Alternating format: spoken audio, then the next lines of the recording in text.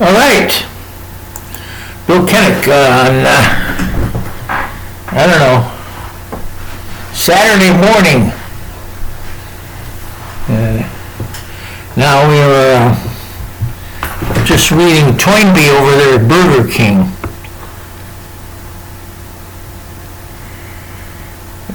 Page 393, The Nemesis of Creativity, Volume 4, Study of History.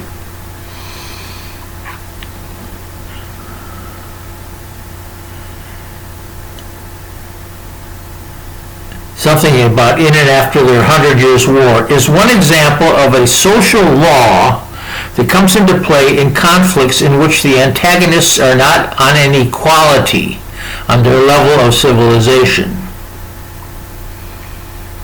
In such a conflict, the less civilized combatant is apt to suffer egregious defeats and to show an extraordinary capacity for surviving them, while his more civilized opponent is apt to have the inverse experience of winning brilliant victories and then emerging exhausted from a struggle on which on points has gone entirely in his favor. This, and he puts it in quotes, law operates because progress in civilization brings with it an enhancement of power to put material and spiritual drive into any action by mobilizing and expending at any moment and for any purpose an ever greater proportion of the individual's or community's or society's total skill and energy.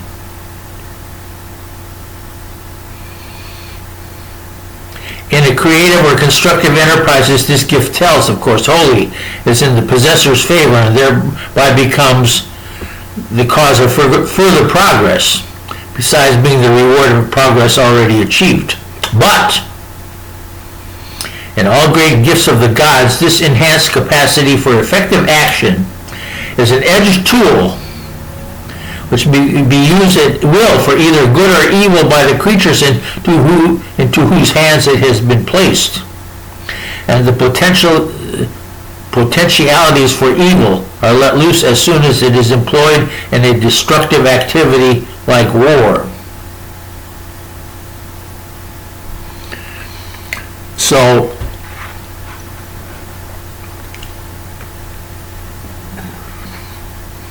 what we have here is, in the case of Israel and Gaza, I'm using this now,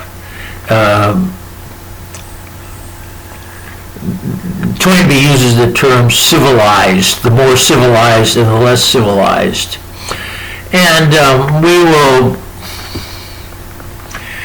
I think, substitute the idea of technologically advanced and rich compared to more civilized and less civilized. And I don't think he would disagree.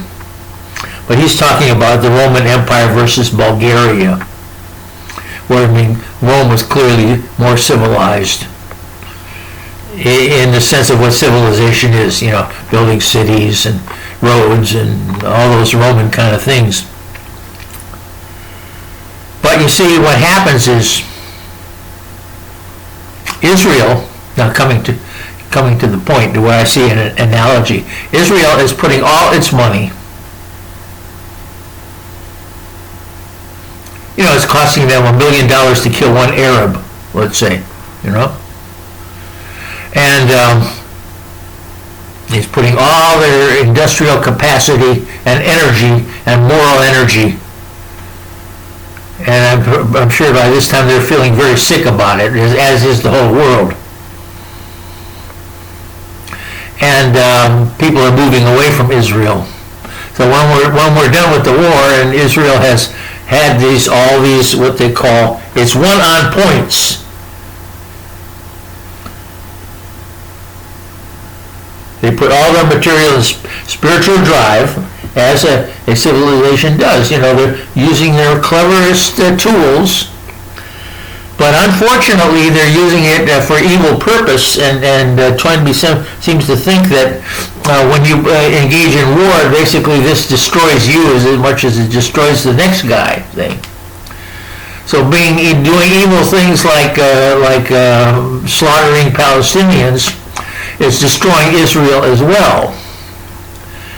And people are moving out of Israel, and their population is going down. Now contrast that to the Palestinians, who aren't really putting much effort into it. I mean, they're just being bombed, right? And life is terrible, and they're losing people right now. But what happens when the war is over? Israel and the United States goes into a depression, and the stock market collapses. And what happens to the Palestinians? They keep on having babies, like they always do, and they replace all the children that were destroyed in the genocide, and all of a sudden we have population difference of 90 to 10 in the state of Israel and Gaza. And there is only one state. The one state solution is Israel, but it's 90% Palestinian. So that's the outcome. We will have one state. It's going to be called Israel for legal purposes, but essentially it will be Palestine. But they'll be in the United Nations as Israel, but their priorities will change. And they'll keep having babies, and they will ultimately prevail, because they didn't fight the war, according to Toynbee. Now, 10 guys are going to read Toynbee, and they're going to come up with 10 different interpretations of what he said. So that's just mine, Bill Kennick. And this is July 25th, I think. Now, what is interesting here, July the 26th, Saturday, what's interesting here in this horoscope is I had a bummer of an experience yesterday. I got canceled. I was supposed to play the piano, and I got canceled at this time, at 2:18. So I says, "Oh, this is really, I got shafted here. I felt." Now, there other things may come up, but we have the moon. We have a very unhappy woman, conjunct Lilith. That's the Hades. Now here's where you see this little pointer. Okay, the pointer is, there's the moon in the 10th house, and there's the Hades glyph, but that's actually Lilith. That's actually Waldemuth. Waldemuth conjunct the moon within a degree on the midheaven. So I thought I'd use this, and there's Apollo on the ascendant, making an exact square. And there's the moon and Lilith, and it's actually square the Poseidon, exactly square the Poseidon. It's making a mundane square there. One is on the ascendant and one is on the midheaven. So that's a mundane square if you want to use those kind of calculations for which the houses are. But if in a zodiacal, I think the word would be square, you have it to ideology of Poseidon. That's the morals involved. And there's the activities. But the winner is the loser, ultimately, because he's exhausted. All right, so thank you.